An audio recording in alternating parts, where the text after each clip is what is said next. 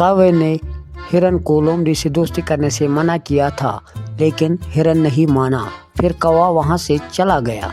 इसी के साथ दोनों ही जंगल में घूमने फिरने लगे, लोमड़ी और हिरन।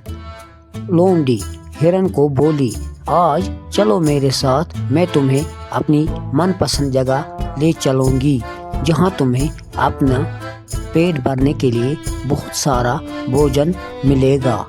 और हिरन और लोमड़ी दोनों साथ में उसी जगह गए। जब वो वहाँ पहुँचे तो वहाँ तरह तरह की सब्जियाँ खिली हुई थी।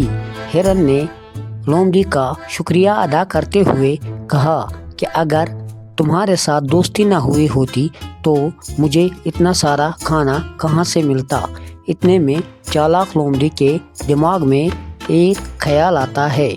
वो मन ही मन सोचता है, अगर मैं तुम्हें खाना चाहता हूँ तो तुम्हें खिलाना भी तो पड़ेगा, जिससे तुम बहुत ही मोटे हो जाओगे। फिर तुम्हें खाने में बहुत ही मज़ा आएगा। मन ही मन सोचते लोमड़ी अब हिरन से कहती है, हाँ दोस्त, मुझे पता था तुम्हें ये खाना बहुत पसंद आएगा। वो खाना खाकर वहाँ से चले गए। इतने में खेत के मालिक को पता चलता है कि कोई ना कोई मेरे खेत को बर्बाद कर रहा है। अब खेत के मालिक ने खेत में जाल लगाया। जैसे ही सुबह हुई तो हिरन और लोमड़ी फिर से उसी खेत की तरफ आ गए, जहाँ पर हिरन उस जाल में फंस गया। लोमड़ी ये देखकर वहाँ से भाग गई और हिरन को अकेला छोड़ दिया। फिर लोमड़ी वहीं पर एक झाड़ी में छुपकर देख रही थी, ताकि किसान आए और हिरन को मार डाले और मैं हिरन को खा सकूं। हिरन अब लोमड़ी को आवाज़ दे रहा था कि मुझे बचाओ, लेकिन लोमड़ी वहाँ से भाग गई थी।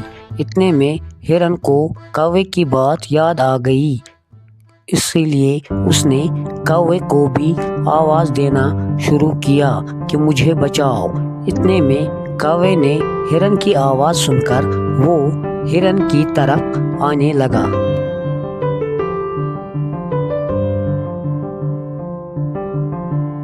कौवे ने कहा, मैंने तुम्हें पहले ही मना किया था कि उस लोमड़ी से दोस्ती मत करो, लेकिन तुमने की।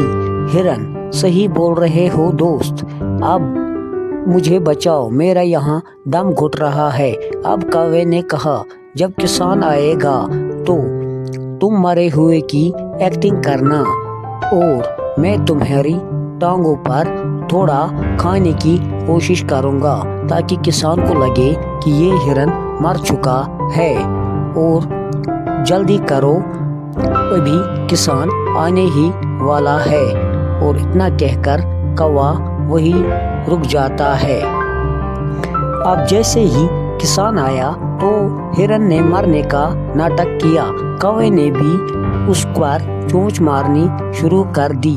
किसान को लगा कि ये हिरन अब मर चुका है, इसलिए उसने जाल हटाने की कोशिश की।